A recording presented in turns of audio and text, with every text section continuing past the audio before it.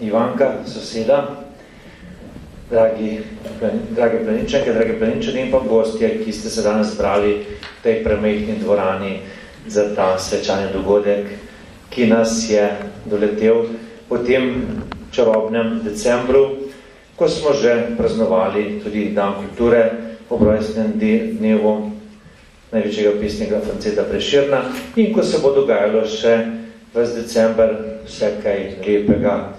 Tudi včeraj bil Miklavž, danes smo ga že pobrali, darila, in to je tudi najlepše darilo, ne Ivanka, tebi, ki to imaš, in seveda za nas kot tvoje, tisto, kar je res tvoje. Ne?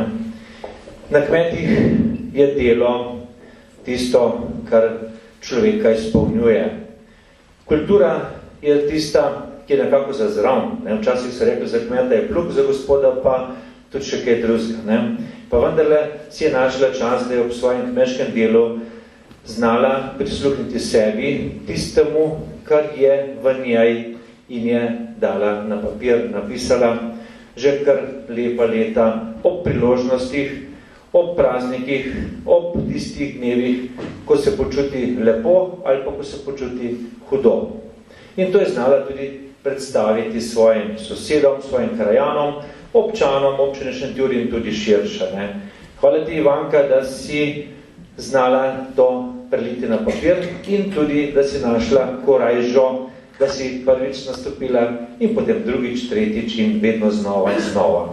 In zdaj je pred nami njen izdelek, njena duša in mislim, da na planini za Aniko Vamberg-Zamer prva planinčanka, se pravi, planinčanke so bolj korajžne kot planinčani, mi bolj vse tišimo, ženske pa si upajo to tudi malo na papir dati in predstaviti občinstvo. Sam sem tudi pisal že v osnovni šoli malo pesmice po gimnaziji in tako naprej, ampak nikoli nisem dal v objavo, kaj šele kasneje, ko ni bilo več časa za to. Tako da, Ivanka, res hvala ti za tvoj doprinos v tem našem prelepem kraju, planini, kot je že rekla naša velika prednica oziroma naša velika gospa iz zgodovine, Anika Vamberg-Zamer, ne iz častitljivosti, ampak iz ljubezni do planine, moje ožje domovine. In pripričan sem, da z enakim občutjem